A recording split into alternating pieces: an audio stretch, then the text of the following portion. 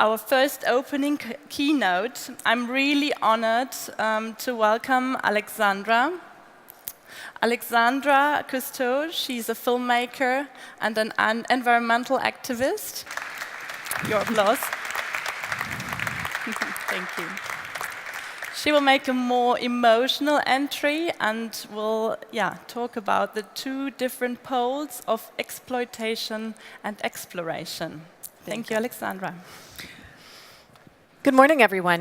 My name is Alexandra Cousteau, and for those of you who haven't heard my name and you wonder what brings me here, I come by way of the oceans. My grandfather was the first explorer to make films about the world's oceans, starting in the 1940s. He invented scuba diving.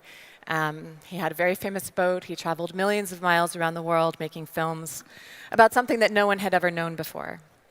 And so I grew up as a water baby. I could swim before I could walk. My grandfather taught me to dive when I was 7 years old, and I traveled around the world with them and scientists and explorers and filmmakers, learning to know the oceans in a very intimate way. But many of the places that I knew as a child have disappeared.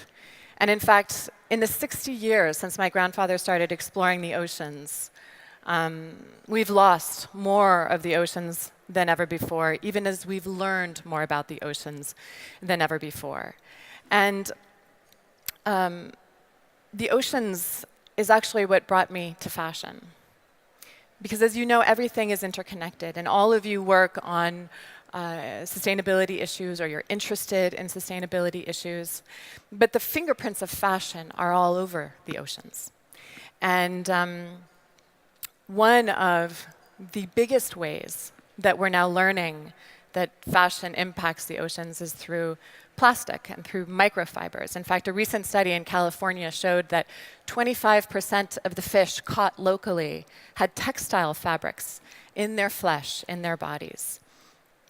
Last year, I hosted a documentary for National Geographic about organic cotton and found that over 99% of the cotton grown is grown using the kinds of chemicals that lead to eutrophication in our rivers and our coastlines. And what eutrophication is when there is no oxygen left because of the nutrients for life to be sustained.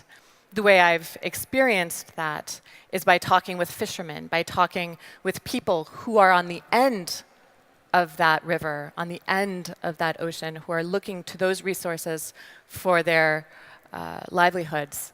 And those resources are gone.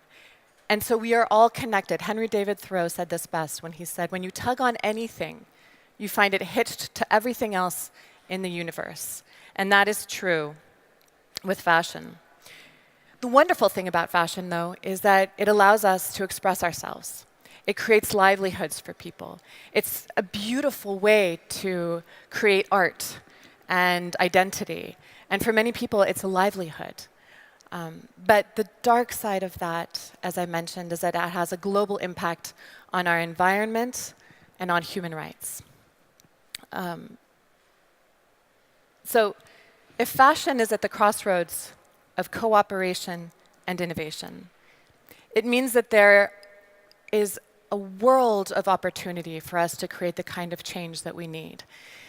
And this is something that I learned by talking with farmers.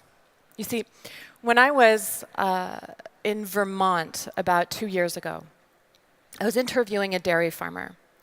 And he was telling me about the changes that he had made to his farming operation.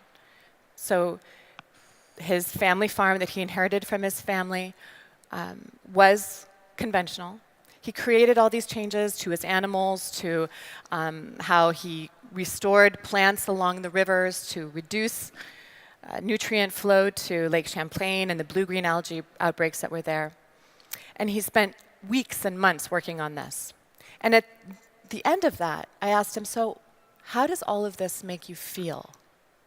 And he said, you know, I feel terrific because for the first time in my life, my actions are aligned with the things that I believe in, and I feel at peace. And I feel that I'm leaving something greater to my children, to the future. And so I was actually 8 months pregnant at the time, and I came back here to Berlin, and I had my baby, and several months later, I was called to do this documentary with National Geographic on organic cotton. And so I go to Madhya Pradesh in India, where a lot of the organic cotton is grown. And I go out and I'm picking cotton with the women, and I'm talking to the farmers, and I'm looking at all of the things that they've done and the benefits that have accrued to them from switching from conventional cotton to organic cotton. And at the end of this one interview with one of the farmers, I asked him, so how do all of these changes make you feel? And he said, I feel terrific, because for the first time in my life, the things that I believe in are aligned with my actions, and I'm at peace. And I feel that the land and the opportunities and the business that I'm leaving to my children is greater than ever before. And it struck me then that he said the exact same thing as that farmer in Vermont. In the exact same way, even though farming and their connection to the land was the only thing that they had in common. And I think that we forget at times that we have so much more in common through our humanity than we think.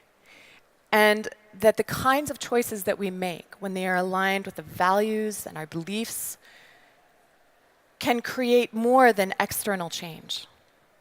They create internal change. And that's why what you're doing, even if it's frustrating at times, even if it seems like fast fashion and the global companies are bigger than we are here, are richer and more powerful than we are here, even if, as many of my friends in the sustainable fashion industry have shared with me, their concerns that this isn't moving fast enough, and it's hard, and we'll never catch up, and we'll never get that change that we're looking for. The truth is, and what I deeply believe is that that change is coming, because there's no other option. And so what is happening here is the beginning, but it is a beginning that is extraordinarily important. And all of the exploration of new ideas and new solutions, new technologies, new ways of production, new textiles, new ways of supporting people who are actually doing the work of making the clothes, that will one day be mainstream.